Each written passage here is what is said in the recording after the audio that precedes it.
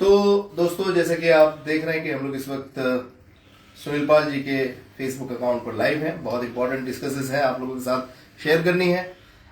Basically ये जो बॉलीवुड की जो बड़ी बड़ी फिल्में ध्वस्त हो जा रही हैं, पिट जा रही हैं, उसके अलावा साउथ की इतनी बड़ी फिल्में आती है, हिंदी में डब होती है, वो अपना काम करके निकल जाती है। तो बहुत सारे क्वेश्चंस हैं जिसके लिए आज हमने स्पेशल सेशन रखा है कि सुनील पाल जी की क्या राय है, एज अ कमेडियन वो कैसे लेते हैं। तो मैं बुलाता हूँ सुनील पाल जी के यहाँ पर, और वो क्या अपनी राय रखते हैं। और वो बहुत सारे लोग, और दूसरी बात है कि प्लीज मेरी एक रिक्वेस्ट है आप लोगों से कि प्लीज इस लाइव को मैक्सिमम शेयर दीजिए, आप ज्यादा से ज्यादा लोगों तक पहुंचाएं, ताकि ये जो जितनी भी चीजें चल रही है बॉलीवुड के अंदर, एक कॉमेडियन का नजरिया क्या है उन तमाम चीजों पर, वो उस तमाम पूरे देश तक पहुंचे, दुनिया तक पहुंचे।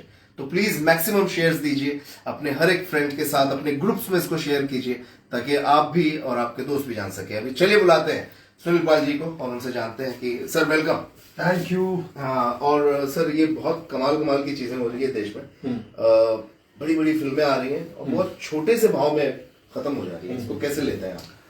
बायकॉट हैशटैग बायकॉट तो बॉलीवुड, ये जो हैशटैग चल रहा है, इसके तहत बड़ी बड़ी फिल्मों को नुकसान झेलना पड़ रहा है, ये चीज़ है। लेकिन मैं समझता हूँ कि ये कहीं ना कहीं सबका मिला जुला रिस्पॉन्स है। इसमें ऑडियंस पूरी तरह से इन्वॉल्व नहीं है, या किसी इसमें कलाकारों का या फिल्म वालों का, सबका कुछ ना कुछ इसमें ब्लू फॉल मुझे दिखाई दे रहा है। अब मैं सोच रहा हूँ कि जैसे लाल सिंह चड्ढा जो है, वो तो फिल्म मैंने देखी है। वो फिल्म आमिर खान के रेंज के हिसाब से, देखिए कुछ लोग इसमें इसको फिल्म को अच्छा भी बता रहे, कुछ लोग ठंडा भी बता रहे, लेकिन मैक्सिमम क्रिटिक्स ने भी, बायकॉट वालों को छोड़ दीजिए, क्रिटिक्स जो फिल्म को देखते हैं या ऑडियंस जो फिल्म को देखती है, उसमें 90% क्रिटिक्स ने और 90% ऑडियंस ने इस फिल्म को पसंद नहीं किया। अच्छा। क्योंकि ये फिल्म बहुत स्लो है और बहुत इनलॉजिकल फिल्म है। कि जैसे मैंने ये फिल्म पहली बार सुना था कि लाल सिंह चड्ढा फिल्म आ रही है, तो आफ्टर दंगल मुझे लगा कि आमिर खान कोई एक और दबंग कैरेक्टर लेके आ रहे हैं कि लाल सिंह चड्ढा मतलब सरदार। क्योंकि हमारे सरदार, मेरे हिसाब से सरदार मतलब वैसे तो हर सरदार मनमोजी है, पर देश पे बात आ जाए तो हर सरदार फौजी है 100%। तो मुझे ऐसा लगता है कि ये जो ये मुझे इमेजिनेशन था कि सर आप सरदार टाइप का, या लाल सिंह चड्ढा कोई सरदार होंगे, जैसे हमारे फ्रीडम फाइटर सरदार होकर गए हैं जिन्होंने सेक्रीफाइस किया देश के लिए, ऐसी कुछ कहानी होगी। लेकिन ये तो एकदम मतलब बच्चा टाइप का सरदार है, और वो बचकानी टाइप की बातें कर रहा है, और जो भी उसके जीवन में होता जा रहा है वो एक्सीडेंटली हो रहा है, उसमें उसका कोई खुद का कोई अचीवमेंट नहीं है। तो मुझे ऐसा लग रहा है कि वो सब चीज़ें देखते मुझे ऐसा लग रहा है कि शायद आमिर भाई सब्जेक्ट, क्योंकि मैं आमिर भाई का बहुत बड़ा फैन हूँ, बहुत बड़ा फैन हूँ, मुझे लगता है कि वो सब्जेक्ट करने में चूक गए, क्योंकि उनके सब्जेक्ट होते हैं जैसे दंगल, 3 इडियट्स, तारे जमीन पे, क्या क्या फिल्में दी उस आदमी ने। तो उस आदमी से लोगों को एक एक्सपेक्टेशन बहुत ज्यादा, तो इस फिल्म से मोह भंग हो गई, इसलिए वो फिल्म फ्लॉप हुई।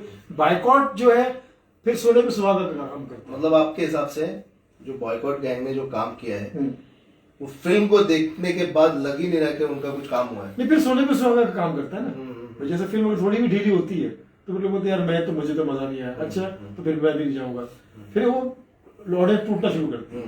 तो बायकॉट वजह से क्या हो गया कि अब लोग जब फिल्म का रिव्यू अच्छा नहीं आ रहा है, तो बायकॉट का लोग सहारा दे रहे हैं, चलो ठीक है यार, अब जब हम मतलब बायकॉट टीम में शामिल भले ना हो, लेकिन वो सोच रहे कि यार ना देखें, तो ये भी एक बायकॉट हो गया ना। तो ये ऐसा हो रहा है। तो मुझे ऐसा लगता है कि आमिर खान साहब जैसे बड़े, जिसे हम मिस्टर परफेक्टनेस कहते हैं, इन्होंने इतना अच्छा काम किया, तो मैं तो समझता हूँ कि जैसे किरण राव इसकी प्रोड्यूसर है, जब तो मैंने इसमें एक लाइन भी अच्छी बनाई थी कि आमिर भाई को उनकी माँ ने मोना किया था, मोना किया था कि बीवी के साथ फिल्म करीना, अच्छा कि मोना माँ बनी और करीना बीवी बनी है, तो माँ ने मोना किया था कि बीवी के साथ फिल्म करीना, लेकिन कर बैठे। तो मुझे ऐसा लगता है कि जैसे अभी ए के नाम पर ही बड़ा तूफान हो रहा है। ए के मतलब आमिर खान, ए के मतलब अक्षय कुमार, ए के मतलब अनुराग कश्यप, और ए के मतलब अर्जुन कपूर भी जुड़ गए उसमें। तो ए क्या बात कर, कब तक सुने भाई एक बात, क्या AK-47 मतलब इधर 47 AK जोड़ देंगे एक साथ में, तब जाके बात तो मैं जोक्स अपार्ट मैं कहना चाहता हूँ कि आप फिल्म अच्छी बनाइए आमिर भाई, हम दर्शक तैयार हैं। लेकिन सर वैसा अगर देखेंगे आप, आमिर खान साहब 4 साल में एक फिल्म करते हैं, अक्षय कुमार 1 साल में 4 फिल्में करते हैं, उसके बाद आनंद एल रॉय जैसे डायरेक्टर होने के बावजूद भी रक्षाबंधन जैसे फेस्टिवल में पानी नहीं मांग रही। देखिए आनंद एल रॉय की बहुत सारी फिल्में बोरिंग थी, अगर 2-3 फिल्में छोड़ दी जाए, तनु वेड्स मनु और तनु वेड्स मनु पार्ट 2, ये 2 फिल्में बहुत अच्छी थी, जिसमें कंगना जी ने एकदम बहुत बढ़िया परफॉर्म दिया, और आनंद एल राय जी को मैं लव यू कहना चाहूंगा इस फिल्म के लिए। बाकी सारी फिल्में उन्होंने बहुत बोरिंग बनाई, बहुत सुस्त फिल्में बनाई, अनवांटेड कैरेक्टर, हीरो नहीं लग रहा, हीरोइन नहीं लग रही है, घर नहीं लग रहा है, फालतू की बातें हो रही है, माँ बेटी से कुछ भी बात कर रही है, बेटी माँ से कुछ भी, हमारा क्या है, हमको ऑडियंस के पॉइंट ऑफ व्यू से माँ लगनी चाहिए, और बहुत सारे साहित्यिक बहुत सारे कहानी वाले घूम रहे हैं, तो उनसे आप कहानी रचे, बेटियां कुछ भी कर रही है, कुछ भी लिख रही है, कुछ भी पहन रही है, वो मजा नहीं आता। देखिए क्या आपने अगर ऑडियंस जैसे राजश्री वालों ने अपनी ऑडियंस बनाई 100%, तो उन्होंने फालतू फिल्म लेकर आई थी मैं प्रेम की दीवानी, फ्लॉप होगी पिक्चर, फ्लॉप होगी। वरना उनका क्या होता है कि हर हीरो का, हर प्रोडक्शन का, हर कहानी का एक फिल्म लोगों को एक आदत होती है कि यशराज की फिल्म आएगी तो मोहब्बत वाली फिल्म होगी, राम गोपाल वर्मा की फिल्म तो एक इस टाइप की फिल्म होगी, अंडरवर्ल्ड या इस टाइप की थोड़ा हार्श फिल्म होगी, तो लोग वो मानसिकता लेके जाते हैं, वहां आप अगर छलावा करते हैं। सेम सो इज आमिर भाई को लोगों ने इतना अलग अलग रोल में तो दबंग देखा है कि जब वहां पहुंचे तो वहां मैंने लगता है मम्मी कहती है पेट तो भर जाता है, प्लेट नहीं भरती है, जिंदगी ना गोलगप्पे की तरह होती है, मैं भी एम करूंगा, मैं भी वो करूंगा। छोटा बच्चा कह रहा है, छोटा जब 5-6 साल का रहा, वो लड़की से कह रहा तुम मुझसे शादी करोगे क्या, ये सब चीजें बहुत, मतलब बड़ा आमिर बचकानी बातें कर रहा है और छोटा आमिर मेच्योर बातें कर रहा है, ये कहां से समझ में आएगा? मतलब वो पीके और छोटे लोगों को बड़ी बातें करनी और बड़ी बातें छोटी बातें करेंगे तो कैसे होगा? तो वो मुझे ऐसा लग रहा है कि ये एक रीजन होगा फिल्म, क्योंकि फिल्म बहुत ही बोरिंग है, बहुत ही स्लो है, बहुत लेंदी है, और 3 घंटे की फिल्म है, और 3 घंटे की फिल्म में एंटरटेनमेंट कुछ नहीं है, ना गाने ढंग के हैं। 100 रुपए का गाना ठीक है, मैं की गाना अरिजीत का गाना अच्छा है, लेकिन वो गाना हिट नहीं है, सिर्फ गाने पहले हिट कराओ।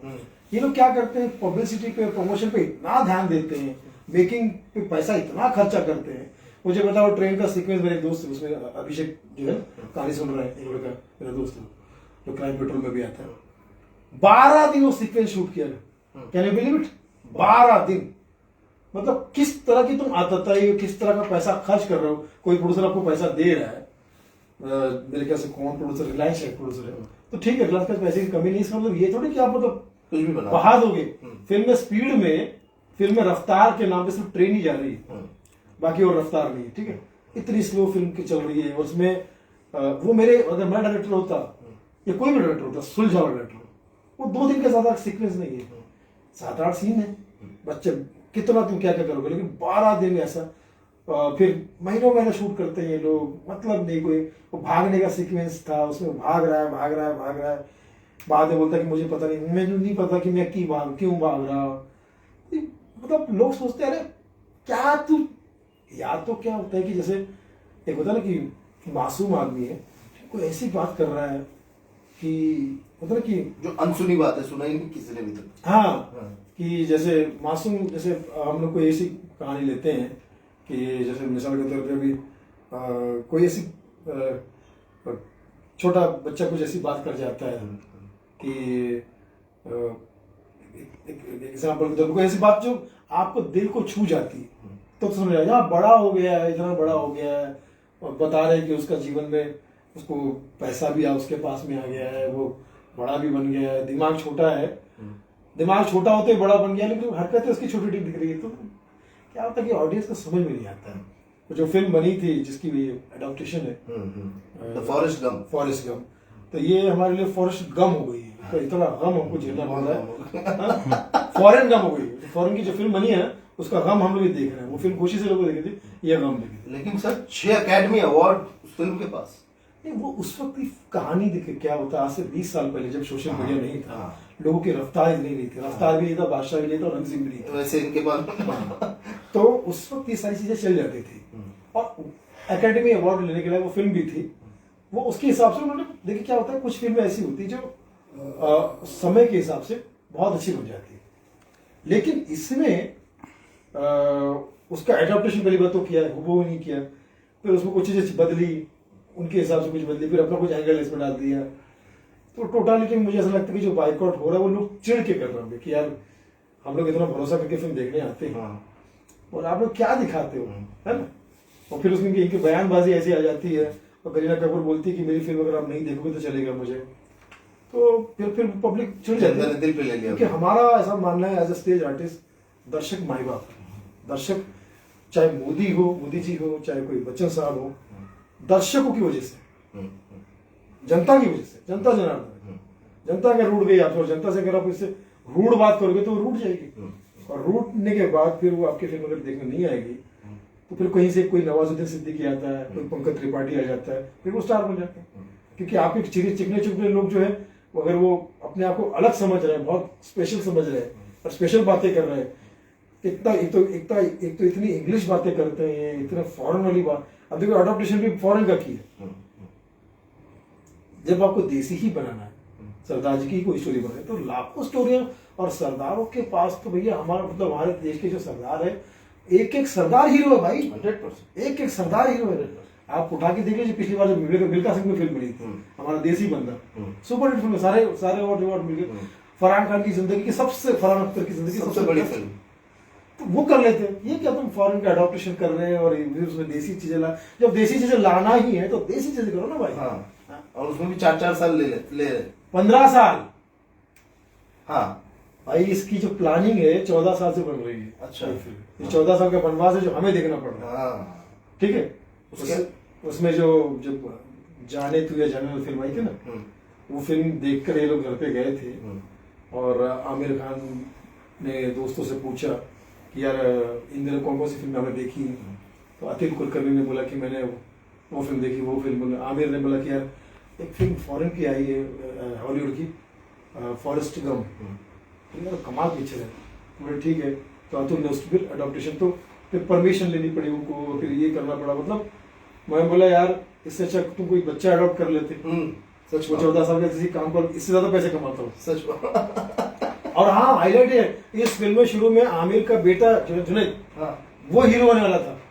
वो तो आमिर खान के भी पैर छू रहा होगा कि पापा आपने मेरा करियर बचा लिया, आपने मेरा करियर बचा लिया। ये कमाल की बात है, मतलब जुनैद एज लीड आ रहा था। हाँ, लीड आ रहा था और आमिर खान ने बचा दिया। तो भैया आमिर भाई आप ऐसी उल्टी सीधी हरकत मत कीजिए। हाँ, आपको बहुत लोग प्यार करते हैं, बहुत पॉपुलर है, आप बहुत बड़े स्टार हैं, बहुत सेंस है आपको, अच्छी अच्छी फिल्में बनाते हैं आप, इसमें मत जाइए कि कोई आपको देश, हमारे देश में हिंदू मुस्लिम सिख ईसाई सब है भाई, कोई किसी के खिलाफ नहीं है। अच्छी फिल्म आपकी दंगल चली थी ना, दंगल अच्छी फिल्म चली, one of the best. Secret superstar चली थी ना, वन ऑफ द बेस्ट। तो जो सीक्रेट सुपरस्टार बनी है, सुपरस्टार सीक्रेट मत बनिए कि मतलब ये पिक्चर में आपका सुपरस्टार सीक्रेट दिख रहा है, दिख नहीं रहा है, कहीं भी नहीं रहा है, तो ऐसा कीजिए। और मुझे ऐसा लगता है कि अगर इससे ठग्स ऑफ हिंदुस्तान, आप देखिए फिल्म में मनमानी की, देखिए जहाँ मनमानी होती है ना, फिर आप अपने लिए फिल्म बनाते हो, तो मुझे ऐसा लगता है कि वो फिल्म जो दोनों फ्लॉप हुई है, आमिर भाई से सबक लेंगे और अगली बार में अच्छी फिल्म लाएंगे, ऐसे मुझे मतलब। सर आपका ये मानना है, और अब तो साबित हो चुका है, 5-6 दिन हो गए, लगभग 1 वीक हो गया है कि बॉयकॉट का कोई असर नहीं पड़ा है, और 1 वीक से पता चल गई ये फिल्म जो है एक वीक फिल्म। हाँ, एक वीक फिल्म। तो और भी क्वेश्चंस हैं यहाँ पर, और भी लोग बैठे हैं यहाँ पर, उनके भी सवाल लेते हैं और सुनील पाल जी के जवाब उन सवालों के साथ। मंगेश जी हमारे साथ हैं।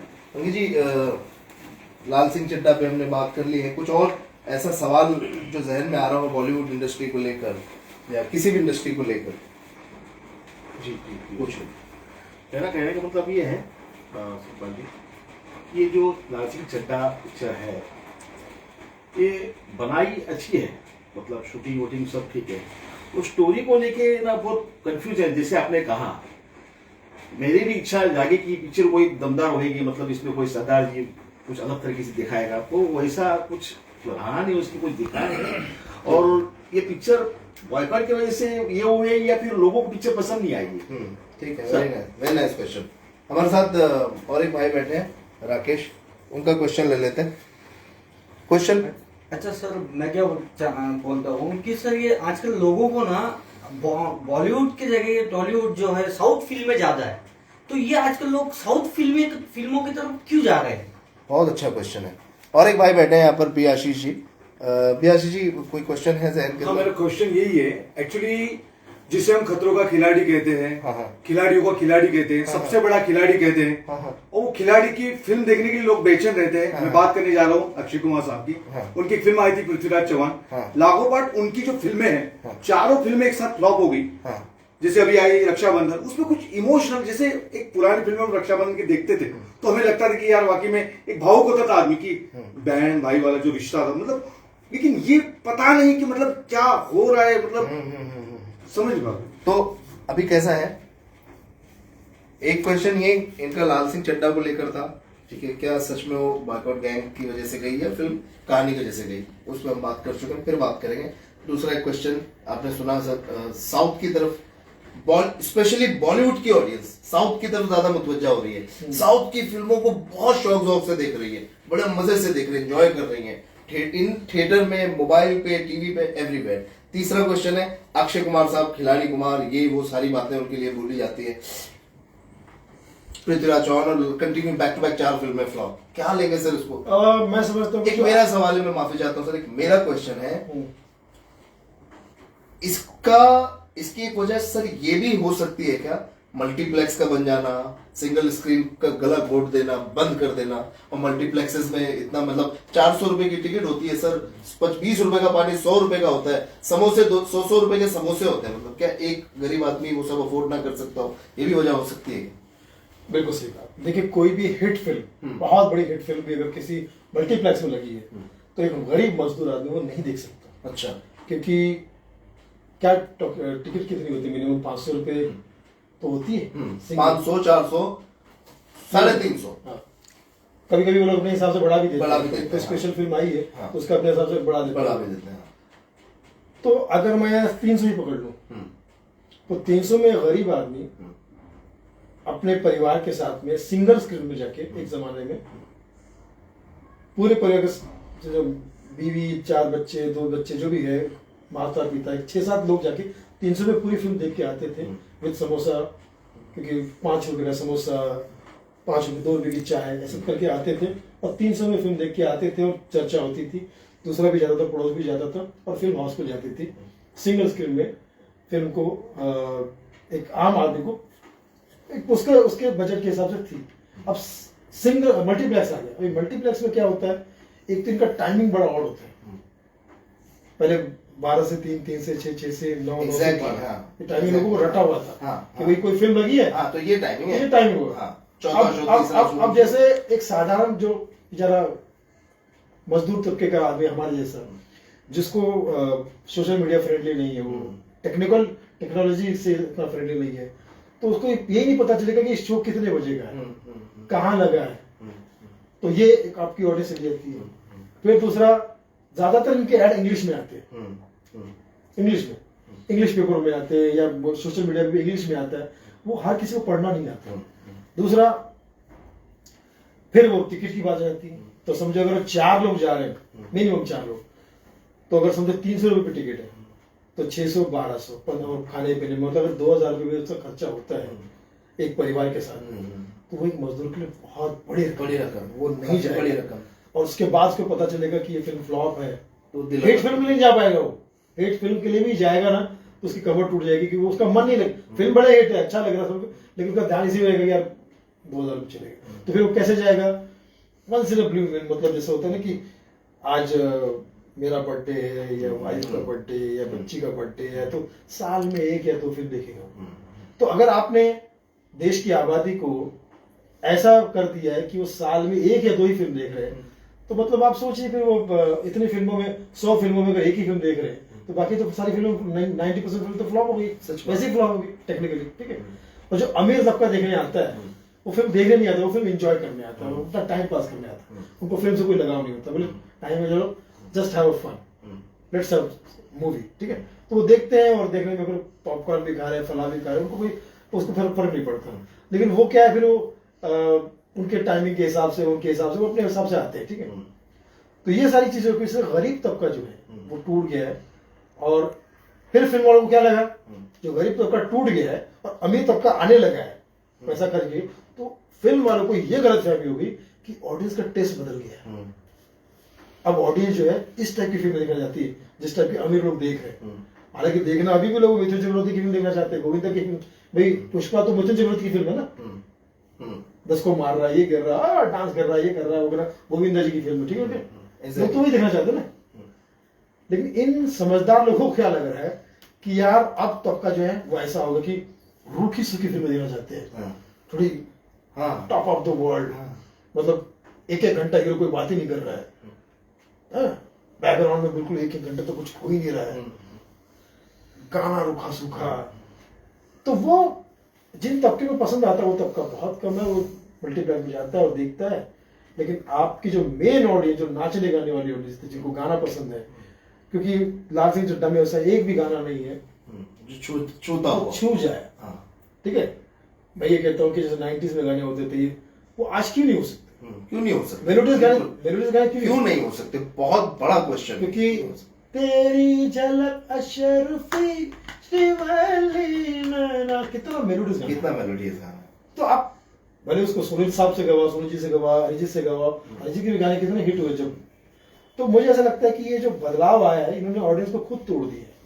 अब आप फिल्म भाई बहन का बना रहे हो, लेकिन बेचारा गरीब आदमी बहन बिल्कुल लेके परिवार में लेके जाएगा फिल्म देखने के लिए, तो उसके पास इतना बजट ही नहीं है। और मल्टीप्लेक्स वालों को भाई बहन से लेना देना नहीं है। कोई भाई अपने भाई के साथ नहीं जाता, कोई बहन अपने भाई के साथ नहीं जाती। मतलब उतना बजट जितना रक्षाबंधन फिल्म में आप डालोगे देखने के लिए, उतना बजट अपनी बहन को गिफ्ट दे दो। गिफ्ट दे दो। सर दूसरा मेरा है ना, और दो क्वेश्चन है मेरे जहन के अंदर, मैं बहुत वेट कर रहा हूँ सवाल पूछने के लिए।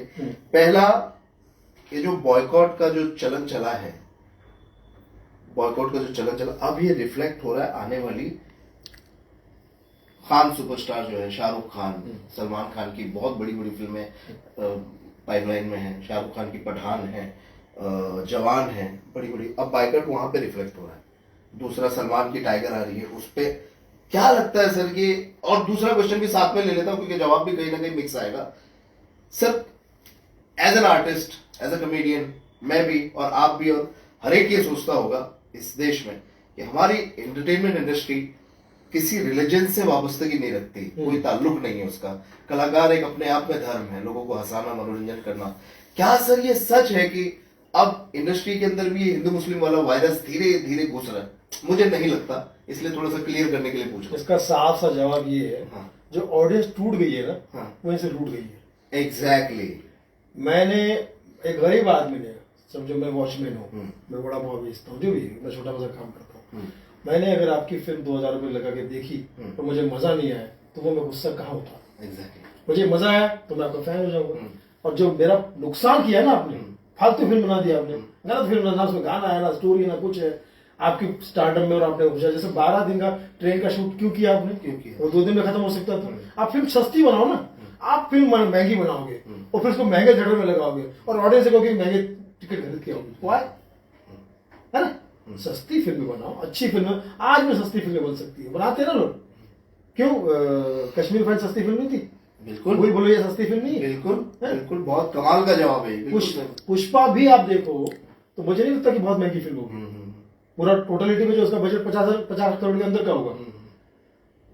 तो वो जो अब 200 करोड़, 300 करोड़, 600 करोड़, 700 करोड़, वाई कौन सा सोना चांदी खा रहे हो तुम? ठीक है, तो उसमें क्या होता है कि समझो अगर मैं फिल्म देखने गया, मुझे पसंद नहीं आई तो मैं तो कोसूंगा ना, लेकिन उस वक्त सोशल मीडिया नहीं था। आज आप शाहरुख खान की फिल्म जीरो देख के आओगे, फिल्म देखने गया था, शाहरुख खान की जीरो फिल्म देखने गया था, तो एक प्रीमियर क्लब में मुझे टिकट मिली, हाउसफुल थी पिक्चर, पहला ही दिन था, तो मैंने प्रीमियर क्लब को, तो मुझे कुछ 2000 की टिकट मिली। My God. और वो फिल्म में 10 मिनट 15 मिनट के बाद मुझे समझ भी नहीं आ रहा कि मैं क्या रिएक्ट करूं। शाहरुख खान का फैन तो उस फैन से ज्यादा मैं हूं। मैं उस आदमी का पागल फैन हूं शाहरुख खान का, लेकिन मैं छड़ा हुआ महसूस कर रहा हूं कि शाहरुख जो करता है, शाहरुख जो दिखता है, शाहरुख जो करता है, कुछ भी नहीं है उसमें, ना गाने ढंग के, ना, और टॉप ऑफ द वो छोटे हाइट के रोल का आपने किया तो उसका दुख थे। अप्पू राजा फिल्म आई थी, अप्पू राजा फिल्म आज भी क्लासिक फिल्म है, क्लासिक फिल्म है? तो अगर आप कोई टाइटल दे रहे हो तो उसके साथ जियो ना। जी। लाल सिंह चड्ढा तो सरदार दिखाओ ना यार, ऐसा जो जो माना कि मासूम, सरदार तो सभी मासूम होते हैं, मासूम है, लेकिन जब बात आती है तो वो अपना वो भी दिखाता है कि भैया मैं अपने स्वाभिमान के लिए, अपने देश के लिए लड़ सकता हूँ। तो जब जीरो फिल्म दिखाई आपने तो छोटा हाइट के जो लोग बेचारे देखने गए थे, कई लोग मुझे रो रहे थे, डुप्लीकेट छोटे जो लोग हैं, बोले यार हमारा तो कोई दुख दर्द दिखाया ही नहीं इसमें। वो जो छोटे हाइट का बंदा है वो मस्ती कर रहा है, वो उल्टा गुस्सा दिला रहा है, हमारी बदनामी हो रही है। तो आप मुझे बताओ, वो जो छोटे हाइट के लोग हैं वही तो नाराज हुए ना उससे। तो आजकल की फिल्में जो बनती है ना, हार्श बनती है, वो नाराज करने वाली। फैन फिल्म मुझे देखी मैंने, फैन फिल्म में जो फैन का जो रवैया है टुवर्ड्स एक्टर, और एक्टर का जो रवैया टुवर्ड्स फैन, ऐसा कहीं होता है क्या कि फैन जो है वो घुसे जा रहा है, घर तोड़ फोड़ कर रहा है, ये कर रहा है, गिर रहा है, पड़ रहा है, और हीरो कह रहा है कि तू बदतमीजी मत कर, ये ऐसा थोड़ी होता है भाई। कोई फैन अगर मुझे पता चल जाए, किसी का भी फैन हो, मैं मिथुन दा का फैन हूँ, तो मिथुन दा से मैं जब पहली बार शूटिंग में मिला तो उन्होंने, चूंकि लाफ्टर से आ गया था, तो उन्होंने मुझे सामने से ऐसा, मैं अंताक्षरी की शूटिंग करने जा रहा हूँ, मैं उसमें एंकर था, तो पीछे से बड़ी प्यारी सी आवाज है, यार सुनील। अब बताओ, ये फैन मेरे लिए, बहुत फैन के लिए बिग मोमेंट, इससे बड़ा कोई मोमेंट हो सकता है क्या? बहुत बड़ा मोमेंट। मैं सोनू भाई का टूर करने गया था, और सोनू भाई का तो हम टूर कर ही रहा था, मतलब उनकी बड़ी मेहरबानी उस पूरे परिवार की कि वो मुझे बहुत संभालते हैं आज भी। सोनू भाई, कुमार कुमार शानू, उदित जी, इनका सबका मैं फैन हूँ। दुबई में कुमार शानू साहब फ्लाइट का वेट कर रहे थे और अचानक को मुलाकात हुई। कुछ म्यूजिशियन लोग, चूंकि वो म्यूजिशियन सौंदर्य के लिए बजाते थे, तो बातचीत हुई।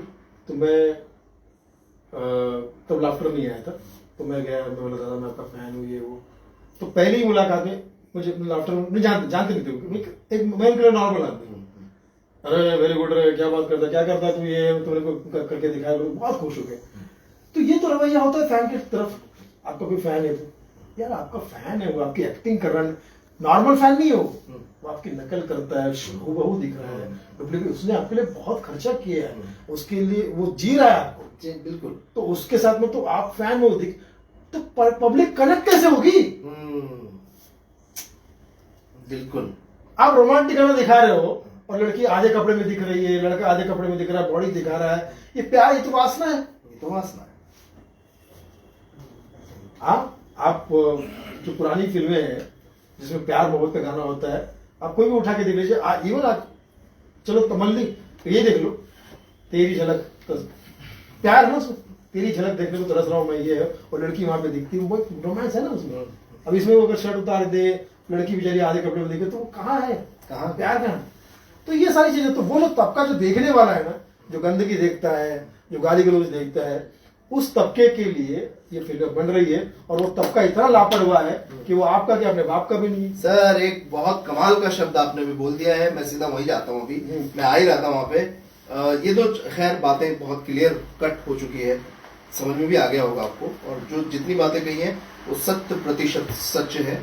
लेकिन अब जो हम लोग बताने जा रहे हैं सर, आपने अभी अभी एक शब्द का इस्तेमाल किया, गाली गलौज।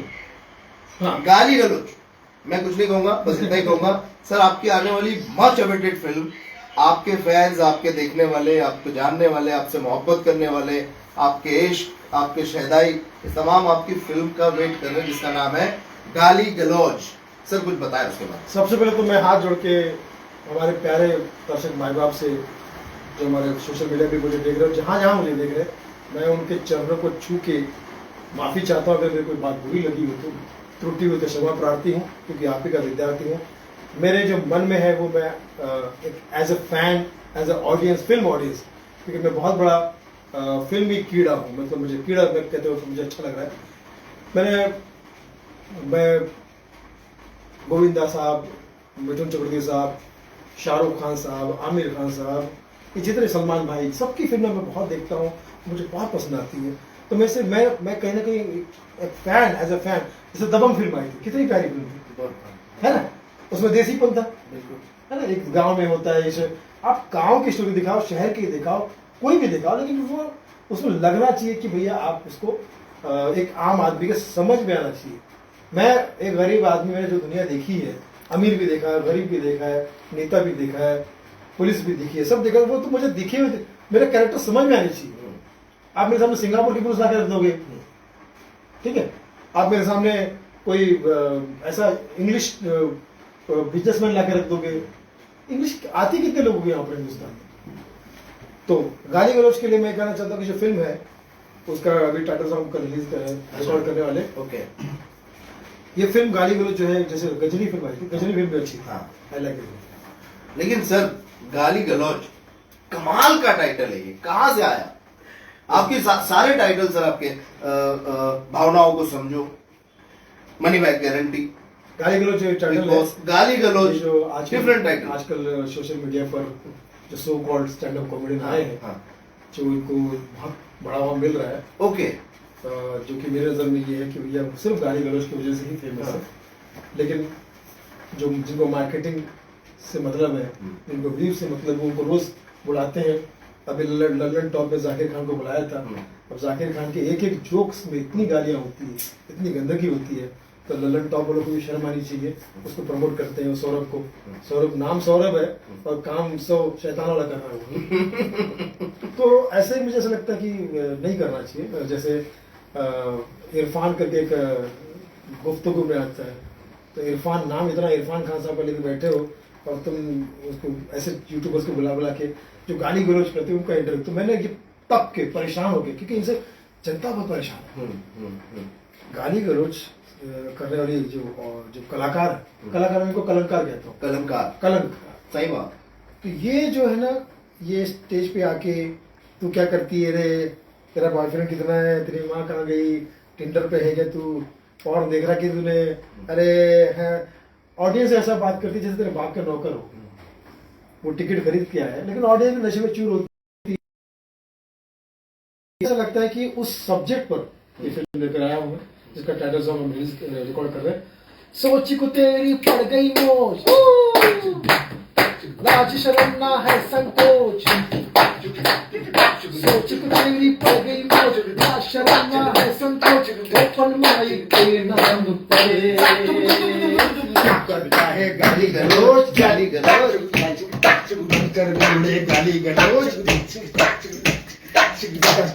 गाली गलौज, अरे ना कर पगले गाली गलौज। तो थैंक यू वेरी मच, बहुत मजा आया आज के इस लाइव सेशन में, और आप प्लीज देखिए आने वाली फिल्म हमारी गाली गलौज सर। बाकी अगर आपको कुछ बुरा लगा तो भावनाओं को समझो, फील द फील, शब्दों में क्या रखा है। बस मैं एज एन ऑडियंस चाहता हूं कि हमारी भारतीय फिल्में, हमारी बॉलीवुड की फिल्में सदाबहार रहे, खुश रहे, वहां के लोग हमारी नकल करें, वहां के लोग हमारी फिल्म बनाए। और साउथ इंडस्ट्री से हम लोग इसलिए प्यार कर रहे हैं क्योंकि अभी तक उन्होंने अपने फैमिली वैल्यूज को नहीं छोड़ा है, और बॉलीवुड भी अच्छा ही काम कर रहा है, ऐसी बात नहीं है। थोड़ा बहुत जैसे मैंने कहा ना कि अपर तबके को लेके वो लोग जो भटक गए हैं, और जो मल्टीप्लेक्स के चक्कर में जो सिंगल स्क्रीन टूट रही है, उसे बचा लीजिए। सिंगल स्क्रीन पे क्या है, हम आम लोग जाके आराम से फिल्म देख सकते हैं, 4 पैसे में फिल्म देखकर एंजॉय कर सकते हैं। बस ये इतना ही रिक्वेस्ट है आपसे, क्योंकि मल्टीप्लेक्स भी बनाइए, लेकिन आम लोगों के लिए भी ख्याल रखिए। 200, 200, 400, 500 की टिकट नहीं अफोर्ड कर पाएंगे, वो 20 रुपए का टिकट, 30 रुपए का टिकट, 50 रुपए का टिकट मैक्सिमम कर सकते हैं। Exactly. Please, thank you so much everyone, love you, love you, love you, Chichu भाई स्टाइल, लव यू, गाली थैंक यू। गलौज।